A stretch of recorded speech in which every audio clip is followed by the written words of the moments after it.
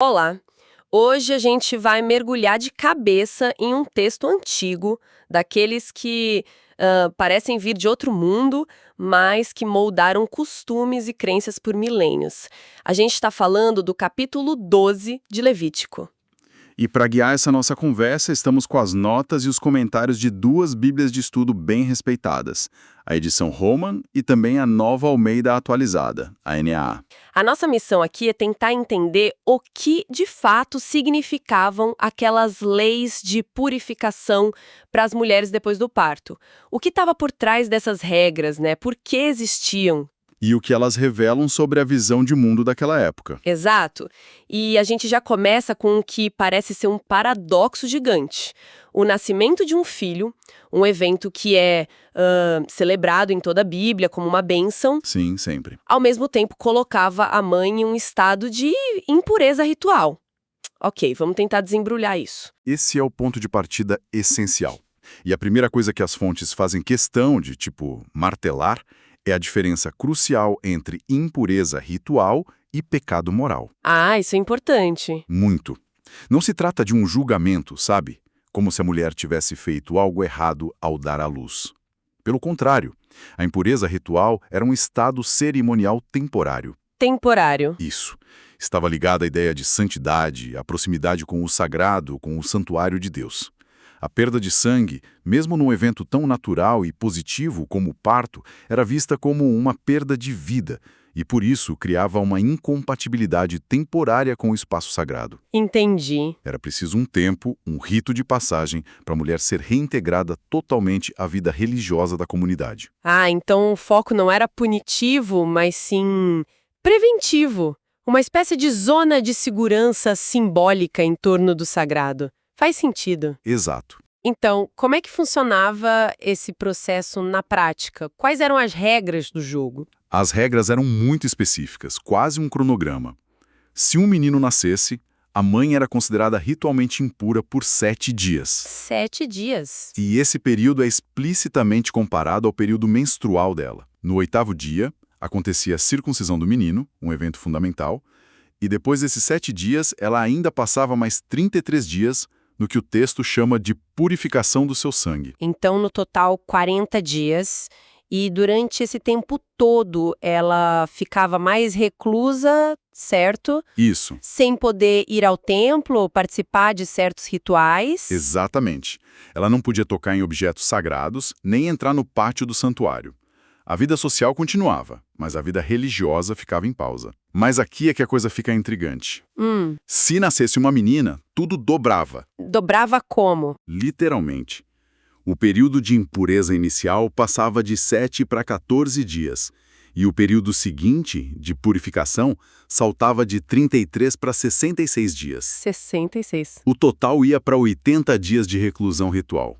80 dias. O dobro do tempo. Essa é a pergunta de $1 milhão, né? Por que essa diferença tão gritante? Pois é. É o tipo de detalhe que faz qualquer leitor moderno parar e pensar: qual é a lógica por trás disso?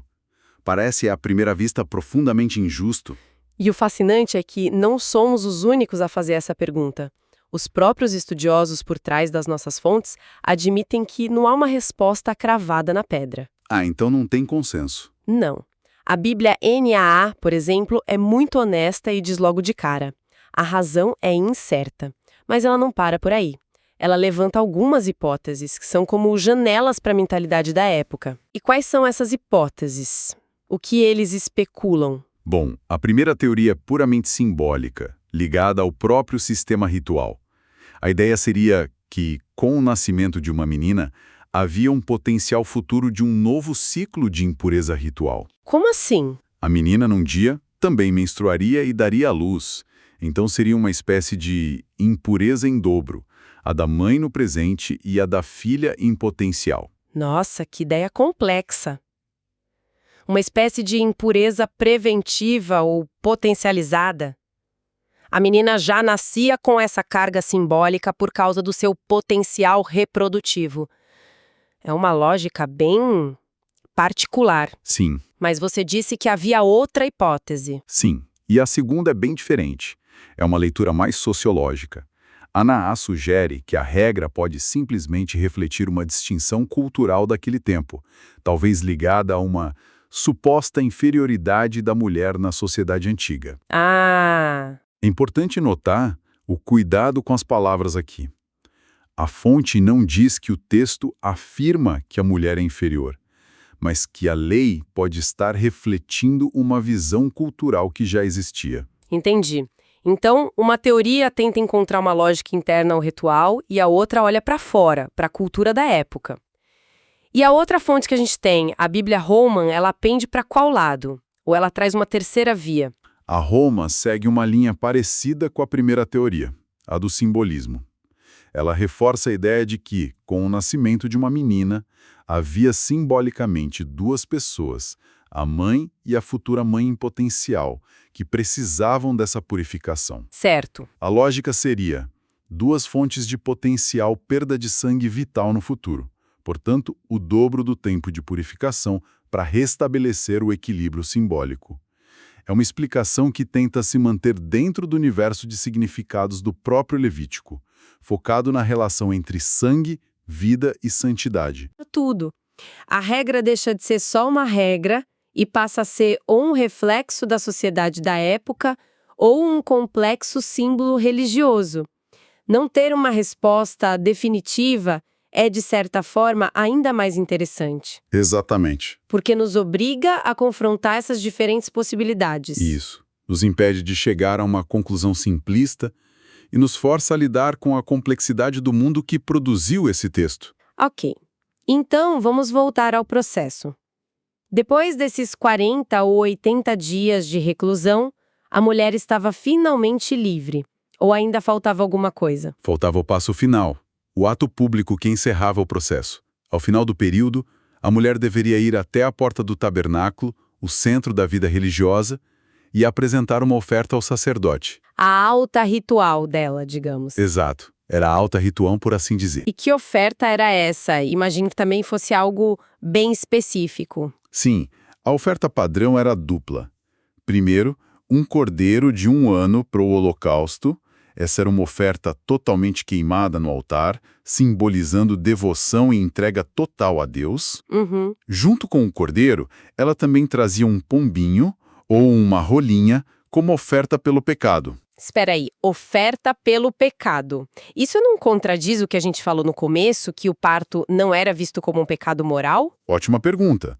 E é um ponto crucial que as fontes esclarecem. No sistema de Levítico, a oferta pelo pecado nem sempre era por uma transgressão moral, como roubar ou mentir. Ah, não. Não. Muitas vezes, ela servia para purificar de impurezas rituais, como o contato com um cadáver ou, neste caso, os efeitos do parto. Era o ritual que zerava o contador cerimonial e restaurava a pessoa ao seu estado de pureza total, apta a se aproximar de Deus. Entendi. É uma questão de terminologia técnica daquele sistema. Mas, pensando na realidade da época, um cordeiro não devia ser algo barato. Nem um pouco. Nem todo mundo teria condições de fazer essa oferta, certo? O que acontecia com uma família pobre? A lei simplesmente os excluía desse processo de reintegração? E essa parte do texto que revela uma profundidade inesperada. Ambas as fontes destacam com entusiasmo o versículo 8, que é uma cláusula de exceção. Uma exceção. Exato. O texto diz que se a mulher não tiver recursos para um cordeiro, ela poderia levar 2 rolinhas ou 2 pombinhos. Um serviria para o holocausto, no lugar do cordeiro, e o outro continuaria como a oferta pela impureza ritual. Sabe, é um contraste incrível. A gente lê essas regras que parecem tão distantes, quase alienígenas, sobre pureza e sangue, e de repente, no meio de tudo, surge essa cláusula tão humana, tão pé no chão, sobre a realidade econômica das pessoas. Pois é, Isso quebra um pouco a imagem de uma lei totalmente inflexível e fria. sem dúvida, mostra uma preocupação com a acessibilidade. O sistema era desenhado para que ninguém, nem a pessoa mais pobre, fosse impedido de completar seu ritual e ser plenamente acolhido de volta na comunidade por falta de dinheiro. A reintegração era um direito de todos. Um direito de todos, não um privilégio dos ricos. E essa pequena cláusula econômica tem um eco gigantesco mais para frente na história. Como assim? Bem, se a gente conectar isso a um quadro maior, A fonte Rowan faz uma ponte brilhante com o Novo Testamento. Ela nos lembra que Maria, a mãe de Jesus, sendo uma mulher judia devota daquela época, Certo. teria que passar por esse exato ritual após o nascimento dele. E o Evangelho de Lucas menciona isso, não é? Menciona, e com um detalhe revelador. O texto de Lucas diz que, quando os dias da purificação se completaram, José e Maria levaram Jesus a Jerusalém para apresentá-lo e para oferecer um sacrifício, segundo o que está dito na lei do Senhor: um par de rolas ou 2 pombinhos. A oferta dos pobres. Exatamente. Eles não ofereceram o cordeiro. Esse pequeno detalhe, registrado séculos depois, funciona como um extrato bancário da família de Jesus. Nossa, Ele nos diz, sem sombra de dúvida, sobre a condição social humilde deles. Eles usaram a provisão para os pobres descrita em Levítico 12. isso é incrível. De repente, uma lei de quase 3.000 anos em Levítico vira a chave para a gente entender a condição social da família mais famosa da história ocidental.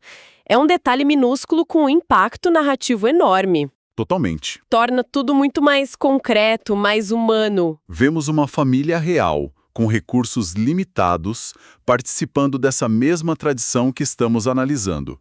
A lei antiga ganha carne e osso. Então, tentando amarrar tudo isso, Levítico 12 nos apresenta um sistema ritual para lidar com o evento biológico fundamental, o nascimento. A lógica não é que o parto seja algo sujo ou pecaminoso, De uma alguma. mas que ele mexe com forças poderosas de vida e morte representadas pelo sangue. E isso exige um período de transição para a mãe se reintegrar ao espaço sagrado. E essa lei, que pode parecer rígida e até discriminatória para nós hoje, especialmente na questão do tempo dobrado, também tinha essa camada surpreendente de compaixão e acessibilidade. Perfeito. E para a fé cristã, há uma camada final de significado, que a fonte Romã aponta. Todo esse sistema de purificação e sacrifícios de animais é visto como uma espécie de ensaio, sabe? Um prenúncio de algo que viria depois. Uhum. Na teologia cristã, o sacrifício de Cristo é entendido como o ato de purificação definitivo, que cumpre e finaliza a necessidade desses rituais específicos. Ele se torna a própria purificação, o que torna o sistema do templo obsoleto para os seus seguidores. Entendi. O princípio da santidade continua, mas os mecanismos rituais para lidar com ela mudam radicalmente. Uma reinterpretação completa de todo o sistema. E pensando hoje, a gente perdeu um pouco disso, não é? Esses rituais claros que marcam as grandes passagens da vida. Esse levanta uma questão importante, que fica para nossa reflexão.